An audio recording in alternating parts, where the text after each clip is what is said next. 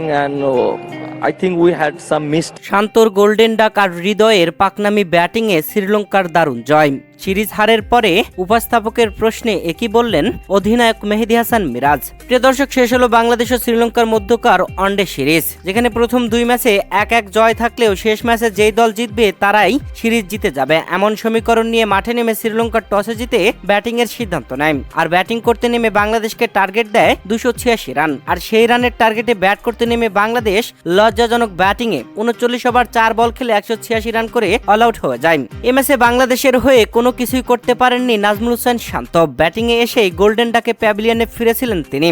যদিও ধরে খেলেছিলেন তাওহিদ হৃদয়, তবে তার ব্যাটিং কোনোভাবেই কোনো সমর্থকের মনে হয়নি যে তাওহিদ হৃদয় বাংলাদেশের জয়ের জন্য খেলছেন। টুকে টুকে খেলছিলেন, যেখানে 50 রান করেছিলেন 75 বল খেলে। তার মধ্যে প্রায় 43 বলই ছিল ডট বল। 51 রান করে প্যাভিলিয়নে ফিরেছিলেন তাওহিদ হৃদয় বোল্ট আউট হয়ে।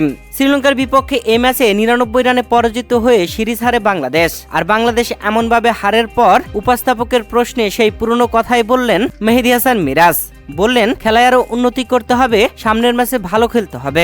অধিনায়ক মিরাজ উপস্থাপকের প্রশ্নে বলেন, আমরা শেষ 10 ওভারে সত্যি ভালো বোলিং করেছিলাম, স্পিনাররাও ভালো করেছে, উইকেট দুর্দান্ত ছিল এবং আমরা ইতিবাচক ব্যাটিং নিয়ে আলোচনা করেছি এবং মাঝের ওভারগুলিতে আমরা কোনো পার্টনারশিপ করতে পারিনি। শুরুতে কয়েকটি উইকেট পড়ে যায় যা আমাদের জন্য লাভজনক হয়নি। আমাদের দলে তরুণ এবং নতুন খেলোয়াড় আছে, আমরা সবসময় ইতিবাচক থাকার চেষ্টা করি এবং আরো সুযোগ পেলে আমরা ভালো খেলব।